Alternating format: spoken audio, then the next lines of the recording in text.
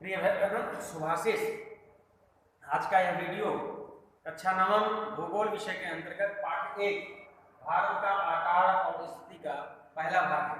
जैसा कि भैया बहनों आपको बताया गया था जब प्रत्यक्ष क्लास चल रहा था कि सामाजिक विज्ञान एक टाइम टेबल के अनुसार पढ़ाया जाएगा, जिसमें सोमवार मंगलवार इतिहास, बुधवार नागरिक शास्त्र और गुरुवार शुक्रवार भूगोल, शनिवार अर्थशास्त्र पढ़ाया जाएगा। तो उसी क्रम में आज शुक्रवार है, इसलिए आपको भूगोल पढ़ाया जा रहा है। भूगोल में पाठ 1 पहला पाठ है भारत का आकार और स्थिति। उसमें जो पहला टॉपिक है वो भारत की स्थिति एवं विस्तार का है। तो स्थिति एवं विस्तार से पहले आपको यह क्योंकि पढ़ना है भारत के बारे में, भारत का आकार और स्थिति पढ़ना है, तो उसके लिए सबसे पहले हम भारत का एक मानचित्र बनाते हैं।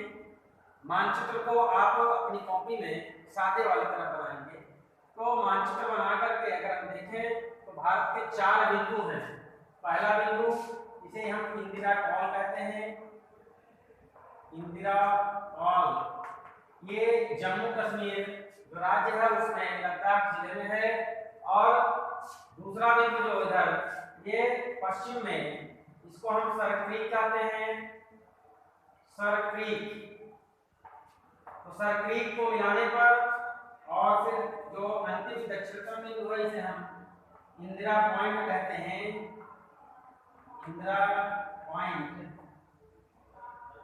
इसे पिंगलिंग पॉइंट कहते हैं।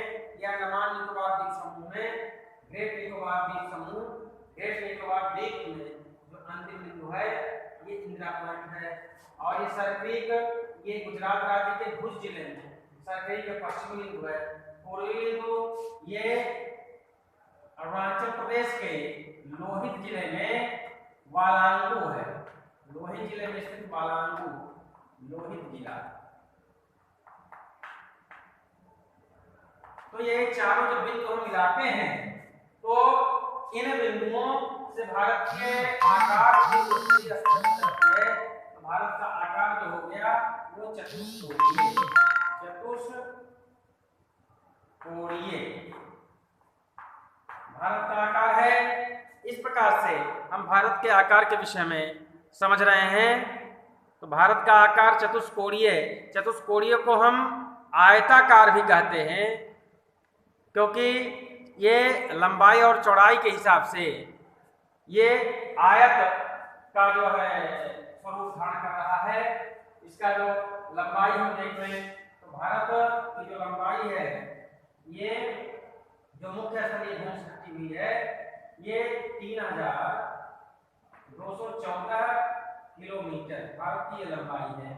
और ये जो चौड़ाई है इसको हम बिल्कुल मिलाएंगे 2933 किलोमीटर। तो लंबाई चौड़ाई के हिसाब से जो उत्तर से ये दक्षिण की लंबाई, उत्तर क्या है भारत, जैसे लिखा गया है ऊपर की तरफ जो एरो बना रहता है मानचित्र में, ऊपर की तरफ क्या है नॉर्थ, और उसके नीचे सीधे साउथ हो गया, दाहिने हाथ की तरफ ईस्ट हो गया, लेफ्ट हैंड की तरफ वेस्ट हो गया। तो उत्तर से दक्षिण की तरफ लंबाई 3214 किलोमीटर, पश्चिम से पूरब की तरफ चौड़ाई 2933 किलोमीटर। और क्षेत्रफल पर आ गया, ये आकार है और क्षेत्रफल आ गया आपका 32,87,263 वर्ग किलोमीटर। ये आपका क्षेत्रफल आ गया। अब यहाँ हम चूंकि अभी हम आकार और क्षेत्रफल ये जो हम पढ़े अभी, चूंकि भारत का जो चैप्टर ही है वो आकार और स्थिति के बारे में है, तो पहले हमने आकार जानने के लिए इसकी लंबाई, चौड़ाई और चारों बिंदुओं का अध्ययन किया। एक बिंदु और है जो मुख्य स्थलीय बिंदु से हुआ है, ये कुमारी अंतरीप के पास, ये कन्याकुमारी जिले में तमिलनाडु राज्य में है कुमारी अंतरीप। ये बिंदु मुख्य स्थलीय बिंदु से है। तो हम स्थिति विस्तार अब आते हैं। भारत की पहले अभी आकार का विधान हो गया, आयताकार चतुष्कोणीय, तो आयताकार कहते हैं। अब स्थिति भारत की अक्षांशीय स्थिति और देशांतर स्थिति कहाँ है, तो ये जो बिंदु दिया है, ये 8 अंश 4। यहाँ देखिए ग्लोब में है, ग्लोब वाली पृथ्वी, और पृथ्वी में ये 0 अंश अक्षांश रेखा है, 0 अंश देशांतर रेखा है। तो 0 अंश अक्षांश रेखा से उत्तर, ये उत्तरी गोलार्ध पूरा कहा जाएगा, उत्तरी गोलार्ध, और 0 अंश अक्षांश से दक्षिणी दक्षिणी गोलार्ध। तो भारत कहाँ स्थित है? दक्षिणी गोलार्ध, नहीं सॉरी, भारत कहाँ स्थित? उत्तरी गोलार्ध में स्थित है। पहला चीज, विश्व में ग्लोब में मानचित्र में भारत दक्षिणी गोलार्ध में स्थित है। और ये जो रेखाएं हैं, ये रेखाएं जो उत्तर से दक्षिण तरफ अवलंबित बनाती है, जो खड़ी रेखाएं हैं, इन्हें देशांतर रेखा कहते हैं, देशांतर रेखा है। इनकी संख्या 360 होती है। और ये बड़ी रेखा है पश्चिम से पूर्व की ओर, इसे अक्षांश रेखा कहते हैं, इनकी संख्या आपका 180 है। तो भारत जो अक्षांशीय विस्तार है, तो भारत का है 8 अंश 4 मिनट से लेकर के 8 अंश 4 मिनट का निशान है, 37 अंश 6 मिनट, ये तो है ये 6 मिनट। भारत 8 अंश 4 से उत्तरी अक्षांश लेकर 37 अंश 6, यहाँ और 68 अंश, क्योंकि देशांतर लिखेंगे तो 68 अंश, 68 अंश यहाँ से आएगा, इसको यहाँ 68 अंश 7 पूर्वी देशांतर से लेकर के 97 अंश, कौन सा है? 97 अंश 25 मिनट पूर्वी देशांतर के मध्य स्थित है। तो ये भारत का जो अभीष्ट स्थिति श्लोक में है, ये है, इसी को वहां दर्शाया गया है, इतने पूरे भारत को वहां दर्शाया गया है। तो ये अभीष्ट उपस्थिति भारत की इस श्लोक में दिखाई दे रही है, जो उत्तरी गोलार्ध में है। 8 अंश 4 उत्तरी अक्षांश लेकर के 37 अंश 6 उत्तरी अक्षांश तक, और 65 अंश 7 पूर्वी देशांतर से लेकर के, और 97 अंश 25 पूर्वी देशांतर के मध्य स्थित है। अब भारत का जो अक्षांशीय और देशांतरीय और गोलार्ध की स्थिति हो गई, और भारत महाद्वीपीय स्थिति जो अगर जानेंगे, तो भारत की महाद्वीपीय स्थिति, भारत एशिया महाद्वीप में स्थित है। 7 महाद्वीप में बांटा गया है पूरे विश्व को। भारत एशिया महाद्वीप के दक्षिणी भाग में स्थित है, यानी दक्षिणी एशिया में स्थित है। और जो महासागरीय स्थिति है, महासागरीय स्थिति हम देखेंगे तो भारत हिंद महासागर में अपनी उपस्थिति बनाता है, और हिंद महासागर में वह अरब सागर, ये अरब सागर है, अरब सागर यहाँ आपके लक्षद्वीप समूह है, और ये बंगाल की खाड़ी, बंगाल की खाड़ी, अरब सागर और बंगाल की खाड़ी की जो सीमा है भारत की समुद्री सीमा कहलाती है। और हिंद महासागर में अरब सागर और बंगाल की खाड़ी की जो उपस्थिति है, उसी उपस्थिति से भारत की सामुद्रिक सीमा का निर्धारण होता है। भारत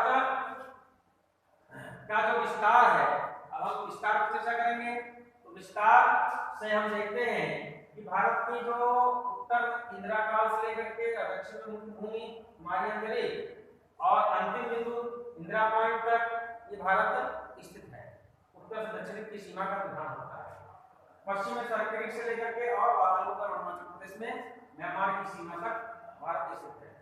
इस प्रकार से भारत का क्षेत्रफल 32,87,363 वर्ग किलोमीटर होता है।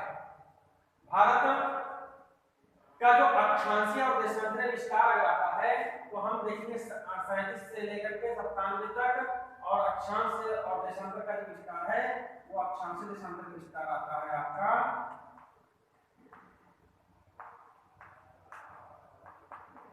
30 अंश आता है। कितना आता है? 30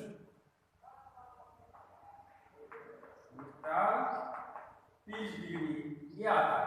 अभी देखेंगे हम 8 अंश से 37 अंश माइनस करेंगे, घटाएंगे, तो आपका 30 अंश आएगा। अगर हम 68 से देखेंगे और 97 घटाएंगे, 97 से 68 तो 30 अंश आएगा। अक्षांशीय और देशांतरीय दोनों विस्तार लगभग 30 अंश आता है। तो पहली चीज तो यह हो गई अक्षांशीय और देशांतरीय विस्तार। दूसरा कि भारत का जो लंबाई है वो 3214 किलोमीटर, चौड़ाई 235 किलोमीटर। तो ये भारत यहाँ से उत्तर से लेकर के और दक्षिण तक भारत विस्तृत है। और उत्तर में भारत की जो सीमाएं हैं वो जो स्थलीय सीमा है, एक टोटल स्थलीय सीमा यहाँ से लेकर के ये 15,200 किलोमीटर है।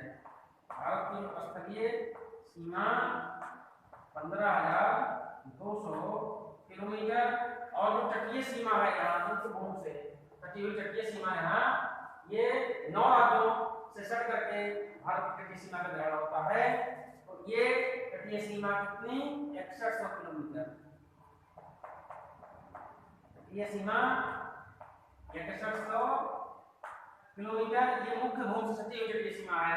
अगर द्वीपों सहित देखें, द्वीपों सहित तो 7,516.6 किलोमीटर ये द्वीपों सहित जो लक्षद्वीप और अंडमान निकोबार द्वीप की जो सीमाएं हैं उन द्वीपों को मिलाकर के 7,516.6 किलोमीटर ये भारत की तटीय सीमा हो जाएगी। और 15,200 किलोमीटर भारत की स्थलीय सीमा हो जाएगी। भारत के जो तटीय सीमा से सटे राज्य हैं ये गुजरात है आपका, फिर इसके नीचे महाराष्ट्र, फिर गोवा, तमिलनाडु, केरल, तमिलनाडु और उसके बाद आंध्र प्रदेश, उड़ीसा और पश्चिम बंगाल, ऐसे 9 राज्यों की तटीय सीमा भारत से मिलती है। और जो गुजरात राज्य की तटीय सीमा है ये सबसे लंबी और तटीय सीमा गुजरात राज्य की है। प्रश्न पूछता है कि भारत की सबसे लंबी तटीय सीमा किस राज्य की है, तो आपका उत्तर होगा गुजरात राज्य। भारत के बीचों बीच से और ये एक अक्षांश रेखा होकर गुजरता है जिसका नाम है कर्क रेखा। कर्क रेखा ये 23.5 अंश उत्तरी अक्षांश रेखा, उत्तरी अक्षांश रेखा ये कर्क रेखा का रास्ता है जो भारत के बीचों बीच होकर गुजरता है। ये 8 राज्यों से होकर गुजरता है। पहला गुजरात, दूसरा राजस्थान, तीसरा मध्य प्रदेश, चौथा छत्तीसगढ़ और पांचवा झारखंड, छठा उड़ीसा, पश्चिम बंगाल, मिजोरम और त्रिपुरा। ऐसे 8 राज्यों से होकर भारत की तटीय सीमा गुजरती है। उड़ीसा नहीं है, सॉरी, पश्चिम बंगाल, झारखंड और मिजोरम, त्रिपुरा, छत्तीसगढ़, मध्य प्रदेश, राजस्थान, गुजरात, ऐसे 8 राज्य। इसका एक सूत्र है मेसू, इसका एक सूत्र है मित्र पर गमछा था। मित्र पर गमछा था। मी से मिजोरम, ता से त्रिपुरा और पा से पश्चिम बंगाल, गा से राजस्थान, गा से गुजरात, मा से मध्य प्रदेश, छा से छत्तीसगढ़ और झार से झारखंड, ऐसे 8 राज्यों से होकर गुजरती है। ये मैंने आपको आज के दिन इस वीडियो में भारत की स्थिति और विस्तार बताने का पूरा प्रयास किया है। इसका नोट्स जाएगा। इसके जो छोटे छोटे रेखा चित्र हैं और ये जो मानचित्र है ये आप सादे जो सादा होता है पेज उस पर आप बनाइएगा। ये भी समझने के लिए बना सकते हैं। बाकी नोट्स जाएगा। तो आज के लिए इतना ही, धन्यवाद।